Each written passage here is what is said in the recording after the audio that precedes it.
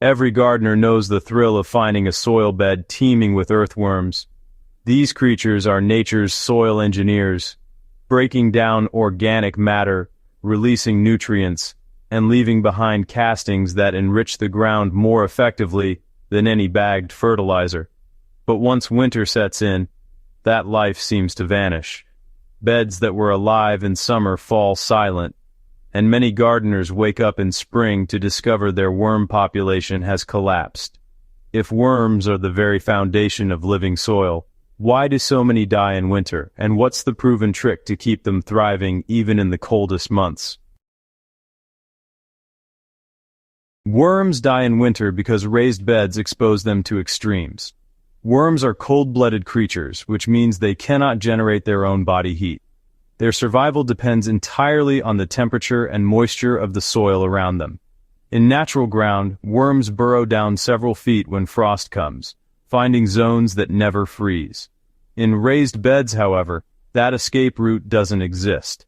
The shallower soil is far more vulnerable to frost, and when the cold penetrates all the way through, worms cannot move to safety. The second issue is food supply. By late fall, most garden residues have already broken down or been cleared away. If worms have no organic matter to feed on through the cold months, even those that avoid freezing eventually starve. This is why beds that are not prepared in fall often emerge in spring with very few worms left, forcing gardeners to rebuild populations from scratch. The trick is combining insulation with slow-release food sources. The proven way to protect worms through winter is not complicated, but it must be done before the ground freezes. The key is to give worms two things: insulation that shields the soil from rapid temperature drops, and a slow, steady food supply that decomposes gradually throughout winter. Together, these conditions mimic the natural forest floor, where worms survive year-round. Insulation is best achieved with mulch. A 6 to 8 inch blanket of shredded leaves, straw, or even old hay traps. Warmth in the soil and, really slows the freezing process. In colder climates, where winters are long and harsh, gardeners often go as deep as 10 to 12 inches. The goal is to create a thermal layer so that the topsoil where worms usually feed doesn't completely freeze solid. Food supply requires forethought.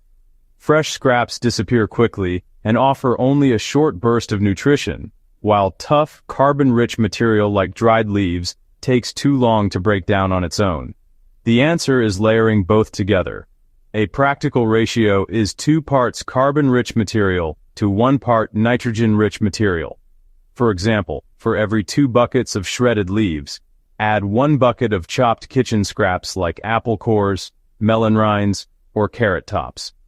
Buried under a few inches of soil or mulch, this mixture breaks down slowly, feeding microbes all winter, which in turn keeps worms nourished. A buried trench is the most reliable winter worm shelter.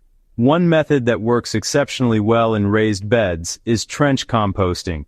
Instead of spreading food scraps across the entire surface, dig a trench about 8 inches deep and fill it with alternating layers of kitchen waste and shredded leaves. Cover the trench with 3 inches of soil and then top the entire bed with mulch.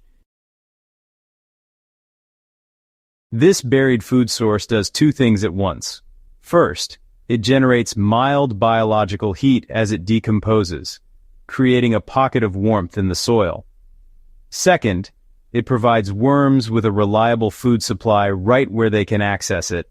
In a 4x8 raised bed, 1 central trench is usually enough, but adding 2 running lengthwise ensures a more even distribution. By spring, these trenches are often packed with castings and worm activity, giving you soil that is already alive and fertile. Moisture management makes the difference between survival and collapse. Even when temperatures drop, worms cannot survive in dry soil. They breathe through their skin, and desiccation is as deadly as freezing. This is why fall preparation must also consider moisture. Before the soil locks up for the season, water your raised beds lightly, just enough so the deeper layers are evenly damp. The mulch blanket will help trap this moisture, preventing evaporation from cold winds. Overwatering, however, is just as dangerous. Excess water can freeze into ice pockets that suffocate worms or make soil too compact for them to move through. A simple rule is to aim for soil moisture similar to a wrung-out sponge. One deep watering in late fall, followed by the protective mulch layer, is often enough to carry moisture stability through the winter. The critical point is timing. Gardeners who wait until the soil has already frozen are too late. The worms have either died or burrowed beyond reach. Preparing in fall with mulch, trenches, and balanced organic matter ensures that when spring returns, your raised beds are not starting from scratch. Instead, they will already be rich with living worms and freshly digested castings, saving weeks of rebuilding soil life and boosting your first plantings of the year.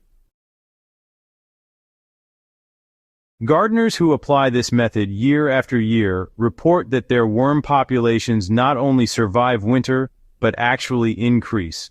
Each season the soil becomes darker, looser, and more fertile, proving that taking care of worms in winter pays back many times over in plant growth and resilience. Worms are the foundation of healthy soil, but they cannot protect themselves from the harsh conditions of shallow raised beds in winter. The trick to saving them is straightforward.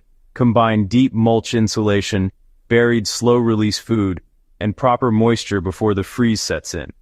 Do this in fall, and you'll carry an active, thriving worm population into spring, ready to jumpstart your garden. If this guide has given you practical steps to keep worms alive through winter, subscribe to HydroHaven and share this with fellow gardeners. Protecting worms is not just about saving them. It's about building a living soil system that keeps your garden thriving season after season.